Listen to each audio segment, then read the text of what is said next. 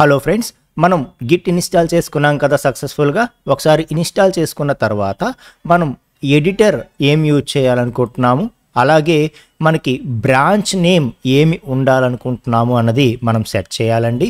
Okay, so మనం Git use చేస్తున్నప్పుడు అదేంటంటే డిఫాల్ట్గా ఒక బ్రాంచ్ని మనకి క్రియేట్ చేస్తుంది అనమాట. ఓకే, సో ఆ బ్రాంచ్ నేమ్ అన్నది బై డిఫాల్ట్ ఏం చేస్తుంది అంటే మాస్టర్ అని చెప్పి క్రియేట్ చేస్తుంది. ఓకే, సో జనరల్గా మాస్టర్ అని కాకుండా స్టాండర్డ్గా సో స్టాండర్డ్గా వరల్డ్ వైడ్గా ఏం చేస్తారంటే ఆ మాస్టర్ అనే నేమ్ కాకుండా మెయిన్ అనే నేమ్ జనరల్గా ఎక్కువ యూజ్ చేస్తుంటారు.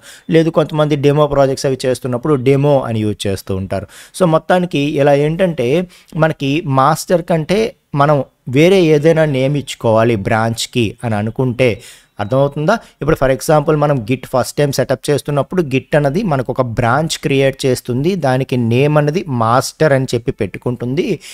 సో ఇక్కడ జనరల్గా మనకి బ్రాంచెస్ అనేవి ఎలా యూజ్ అవుతాయంటే ఇప్పుడు మనకు ఒక బ్రాంచ్ అనేది బై డిఫాల్ట్ ఇస్తుంది కదా, అది మన మెయిన్ యాక్షన్ అనమాట. సో మెయిన్ ప్రాజెక్ట్ దాంట్లో యాక్ట్ చేస్తూ ఉంటాము. సో అలా కాకుండా ఇది కాకుండా ప్యారలల్గా మనం ఇంకేదో పని చేయాల్సి వచ్చింది అనుకోండి. ఓకే, సో ఇది చేస్తూ ఉంటాము, ఈలోపు ఇంకేదో ఎర్రర్ వచ్చింది. ఓకే, సో దాన్ని ప్యారలల్గా సాల్వ్ చేయాలి, ప్రజెంట్ వర్క్ని డిస్టర్బ్ చేయకూడదు. అప్పుడు ఏం చేస్తాము, సో మెయిన్ బ్రాంచ్కి ఇంకో బ్రాంచ్ క్రియేట్ చేసుకొని ఆ బ్రాంచ్లో ఆ ఎర్రర్ని సాల్వ్ చేయడానికి వర్క్ చేస్తాము. ఎర్రర్ అంతా సాల్వ్ అయిపోయిన తర్వాత మళ్ళీ తిరిగి దాన్ని మెయిన్ బ్రాంచ్లో మెర్జ్ చేసేస్తాము. సో ఇలా ఏంటంటే మనం డిఫరెంట్ బ్రాంచెస్లో ప్యారలల్గా డిఫరెంట్ లైన్ ఆఫ్ వర్క్స్లో మనం వర్క్ చేసుకోవచ్చు అనమాట. ఓకే, అర్థమవుతుందా? సో అలాగా ఫస్ట్ మనకి ఇనీషియల్గా మనకి ఫస్ట్ ఒక బ్రాంచ్ క్రియేట్ అవుతుంది కదా, సో దాని నేమ్ అన్నది మాస్టర్ అని ఉంటుంది. దాన్ని ఎలా చేంజ్ చేయాలి అన్నదే ఇప్పుడు టాపిక్ అనమాట. సో ఆ మాస్టర్ అనేది కాకుండా మనకు నచ్చిన నేమ్ ఇవ్వాలంటే ఎలాగా? ఓకే, అలాగే గిట్ మన నుండి ఏదైనా ఇన్పుట్ అడగాలనుకోండి, మనం ఏదో ఎంటర్ చేయాలి గిట్కి సంబంధించి, అప్పుడు మనం ఎడిటర్ ఏం యూజ్ చేయాలనుకుంటున్నాం బై డిఫాల్ట్ గిట్ కోసం. ఓకే, సో డిఫాల్ట్ వదిలేస్తే అది నోట్ ప్యాడో ఏదో ఒకటి తీసుకోవచ్చు, బట్ మనం ఏదైనా కొంచెం లుక్ అండ్ ఫీల్ బాగుండేలాగా మనకి అలవాటు ఉండే ఎడిటర్ ఏదైనా మన సిస్టంలో ఉందనుకోండి. ఫర్ ఎగ్జాంపుల్ మనం నోట్ ప్యాడ్ ++ యూజ్ చేస్తుంటాము, లేకపోతే VS కోడ్ యూజ్ చేస్తుంటాము. సో VS కోడ్ అనేది ఇప్పుడు అన్ని సాఫ్ట్వేర్స్కి కామన్గా ప్రతి ఒక్కరం కూడా యూజ్ చేస్తున్నాం, దాని యొక్క యూసేజ్ బాగా పెరిగింది కాబట్టి సో VS కోడ్ ఎలా ఇన్స్టాల్ చేయాలి అన్నది నేను డిస్క్రిప్షన్లో మీకు లింక్ ఇస్తాను, మన ఛానల్లో ఆల్రెడీ ఉంది. ఒకసారి మీరు ఫాలో అయిపోయి VS కోడ్ ఇన్స్టాల్ చేసుకోండి. సో చేసుకున్న తర్వాత అప్పుడు VS కోడ్నే మనం డిఫాల్ట్ ఎడిటర్గా ఏ విధంగా సెట్ చేయాలి అన్నది మీకు నేను చేసి చూపిస్తాను. ఓకేనా? సో మనము గిట్కి మనం ఏదైనా ఒక మెసేజ్ టైప్ చేసి ఇవ్వాలి అనుకునేటప్పుడు ఓకే, సో ఏ ఎడిటర్ మనం ప్రిఫర్ చేస్తాము అన్నది సెట్ చేసుకోవాలండి. ఓకే, సో దానికోసం మనకి నచ్చిన ఎడిటర్ని మనం సెట్ చేసుకోవచ్చు అని చెప్తున్నాను. ఓకేనా? సో దానికి మనం VS కోడ్ ఏ విధంగా సెట్ చేసుకోవాలి అని చెప్తున్నాను. ఒకసారి చూడండి, ఇక్కడ Git config okay, so global core.editor ఇక్కడ కోడ్ అని మెన్షన్ చేస్తున్నాను. సో కోడ్ అంటే ఇక్కడ ఏంటంటే VS కోడ్ అనమాట. ఓకే, సో మనం VS కోడ్ ఓపెన్ చేయడం కూడా ఎలా ఓపెన్ చేస్తాం, కోడ్ అనే కమాండ్తో ఓపెన్ చేస్తాం కదా. సో జస్ట్ దాన్ని నేను ఇక్కడ మెన్షన్ చేస్తున్నాను అనమాట. Okay, right. సో కోడ్ అంటున్నాను. సో ఇక్కడ వెయిట్ అనేది ఏంటంటే మనం VS కోడ్ చెప్తున్నట్టు అనమాట. ఓకే, సో టోటల్ ప్రాసెస్ అంతా కంప్లీట్ అయినంత వరకు క్లోజ్ చేసేకు ఎగ్జిక్యూషన్లో ఉంచు అని చెప్పడానికి మనం వెయిట్ ఆప్షన్ యూజ్ చేస్తూ ఉంటాము.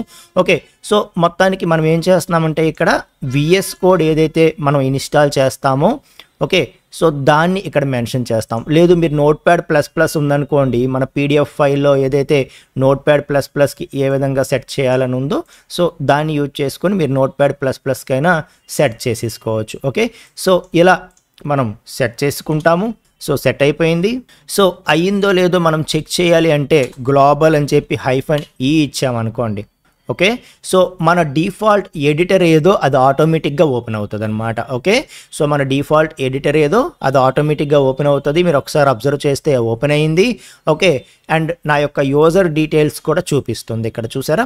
ఓకే, సో అంటే దాని అర్థం ఏంటి, సక్సెస్ఫుల్గా మనం ఎడిటర్ని సెట్ చేయగలిగాం. ఓకే, సో ఎడిటర్ సెట్ చేయాలి, అలాగే బ్రాంచ్ నేమ్ కూడా మనం సెట్ చేయాలి కదా. So branch name by default ఏమొస్తుందని చెప్పాను, మాస్టర్ అని వస్తుందన్నమాట. ఓకే, సో దాన్ని మనం మనకి నచ్చిన నేమ్ సెట్ చేసుకోవాలి అని అనుకుంటే so Git config global okay in it dot default branch అని చెప్పి మనం బ్రాంచ్ నేమ్ని సెట్ చేసుకోవచ్చు ఓకే సో ఒక్కసారి మనకి ఏమేం సెట్ అయ్యాయి ఇప్పటికి సెట్టింగ్స్ అనేది ఒక్కసారి చూసుకుందాం ఓకే సో మనం యూజర్ నేమ్ అలాగే ఈమెయిల్ ఐడి అలాగే ఎడిటర్ ఈ 3 కూడా సక్సెస్ఫుల్గా సెట్ చేసాము ఓకే అలాగే నెక్స్ట్ మనం చేయాల్సిందేంటి డిఫాల్ట్ బ్రాంచ్ నేమ్ సెట్ చేయాలి okay so _global so in it dot default branch so in it dot default branch అని చెప్పి ఓకే సో బ్రాంచ్ నేమ్ ఏదో ఆ డిఫాల్ట్ బ్రాంచ్ నేమ్ని మనం సెట్ చేసుకోవాలి సో నాకు మాస్టర్ అనే నేమ్ వద్దు మెయిన్ అనే నేమ్ క్రియేట్ చెయ్యు అని చెప్పి మనం చెప్తున్నాము ఓకే సో చెప్పి మనం ఎంటర్ ప్రెస్ చేయగానే ఇక మన డిఫాల్ట్ బ్రాంచ్ నేమ్ మనకి మన యొక్క బ్రాంచ్ నేమ్ వచ్చి మెయిన్ అని చెప్పి క్రియేట్ అవుతుందండి ఓకే మరొకసారి లిస్ట్ మనం చూసేస్తే ఇప్పుడు user name password editor default branch అన్నీ కూడా సక్సెస్ఫుల్గా క్రియేట్ చేయబడినాయి ఓకేనా ఇంకా నెక్స్ట్ మనం చేయాల్సిందేంటి ఇంకా మనం గిట్ రిపాజిటరీ క్రియేట్ చేసుకొని ఇంకా నెక్స్ట్ ప్రాసెస్కి వెళ్ళిపోవడమే మనం ఓకేనా సో నెక్స్ట్ క్లాస్లో రిపాజిటరీ ఎలా క్రియేట్ చేయాలో చెప్తాను